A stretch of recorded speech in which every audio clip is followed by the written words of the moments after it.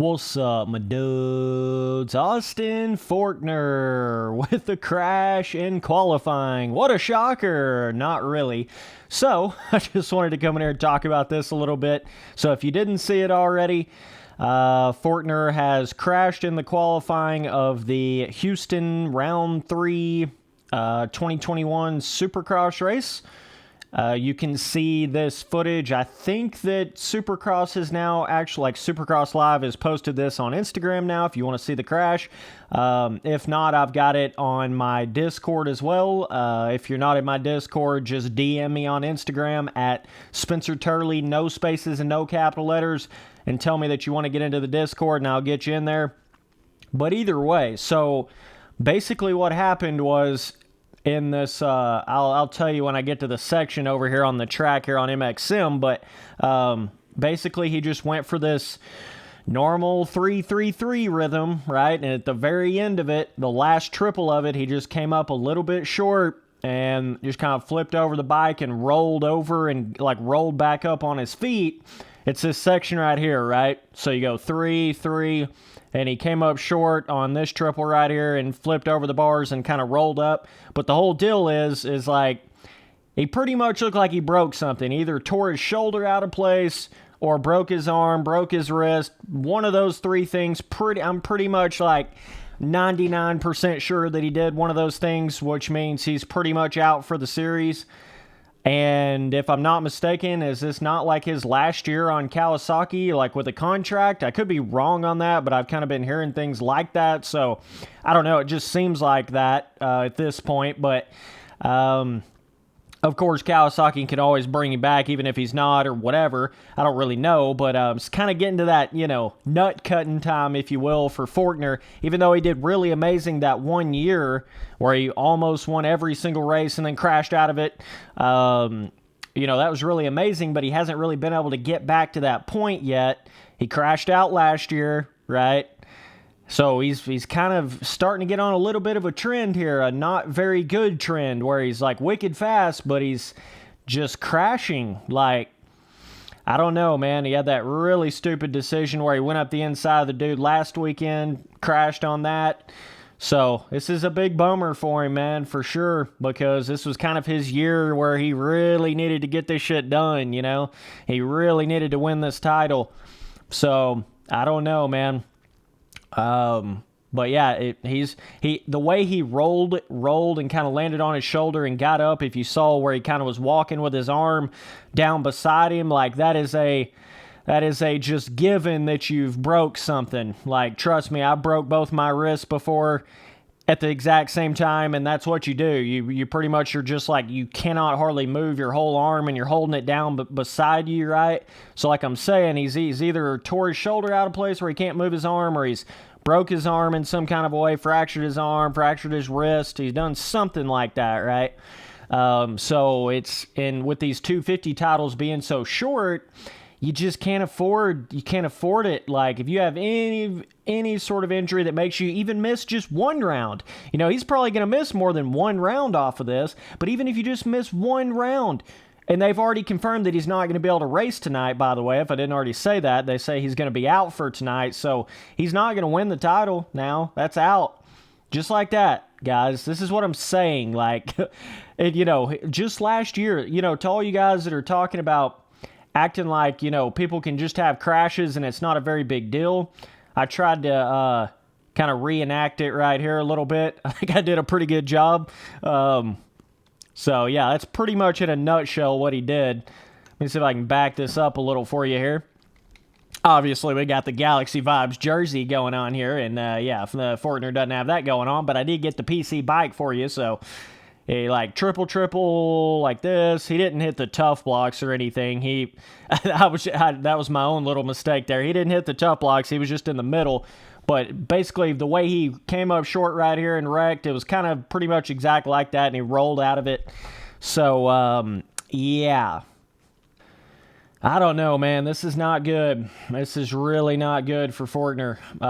But what I was trying to get at, though, is like, to some of you guys, that got so pissed off when I went in there and I was trying to say, like, it's not good for, like, Jet Lawrence when he rode over his head last year and had that crash and things like that. You know, people need to wait a couple years till they get a little bit more mentally into it, stuff like that. And just because, like, I feel like people, they don't really understand how bad a dirt bike crash can really turn out. Like, a lot of people just look at it like it's just part of it and it's no big deal and whatever, you're going to have some crashes. And dog, that's the worst way to ever look at it. You need to be looking at it like you need to do everything you can to never crash.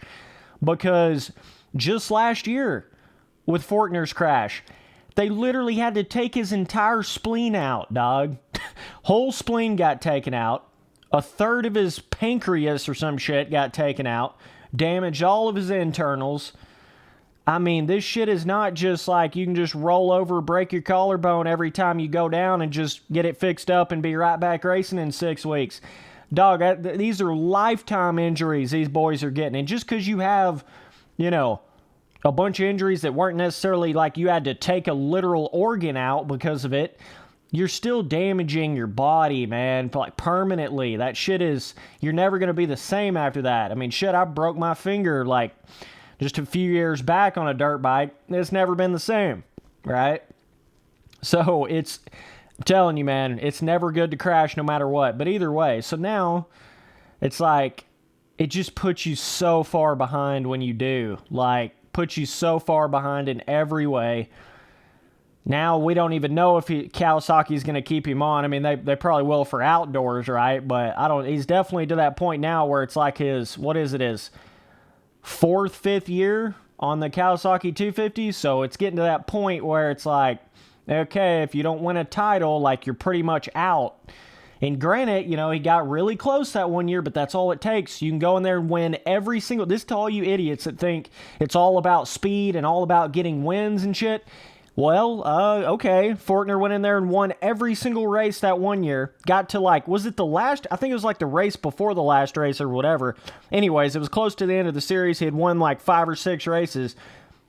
Has one little crash, flips over the bars, hurts himself, and doesn't win the title. Literally won like 6 or 7 races, main events in a row, one little crash, and then doesn't win the title. So it's not just about wins. It's not just about hanging it out the whole time. Like, if you want to win titles, if you want to actually move up in classes and get good rides and things like that, you got to ride more safe. You got to ride a little more title, thinking about title in your head. Like, I don't know, man. But either way, this is really unfortunate for him. Really unfortunate. So that may be it for Fortner. I mean, I hate to say it. Hopefully he can stay on Kawasaki. Hopefully he can get, like I say, I don't even know if this was his last year on the contract. I just kind of heard some, I hadn't even looked into it or anything. Hell, he may have another year on the Kawasaki contract, but either way, it still is getting to that nut cutting time, whether, no matter how you want to, slice it. Like, oh, that was some good wordplay. It don't matter how you slice it. It's like, it's time. He's going to start getting in that Savachi situation where he's come so close to winning, but he never wins a title. And even Cincerillo, in a sense, kind of in that, was in that same boat, but he did go to win his outdoor title. But Cincerillo was literally like, had it in the bag, just little stupid slip up in the very last race. So, but Savachi's super close. Literally last lap got hit by Osborne close. But you see where, what team Savachi's on now, right? It's such a cutthroat thing, man. If you don't start winning those titles on that 250, it ain't good for you when it comes to the 450 class, man. You may get lucky, and they may give you a ride for like 1 year like they did with Savachi on that full-blown Kawasaki 450, but trust me, you ain't going to be there long unless you really prove something on the 450, like, super quick. So, either way, I really hope he can come through. You never want to see people continuing to get injured like this and not being able to get anywhere, but, like, he's going to have to ride smarter. He's just not riding. Forkner's just not riding smart. I mean, tell by the pass he tried to make last week. I don't know if he's in a hurry. I don't know if he's, like, in this situation where he feels like damn, I had the title that one year where I damn near won every single race, and then it hasn't really went exactly my way since. He had the crash of the last round last year. You know, so he's like it's like he's getting ahead of himself. He's getting antsy now. It's like he's trying too hard, and it's backfiring on him big time. So either way, I just wanted to kind of go over this a little bit. If you don't see Fortner in the race, you know what happened. Flipped it over in the triple. He's hurt his arm in some kind of way, or shoulder or something. So either way, appreciate you guys watching all the videos. Later, bros.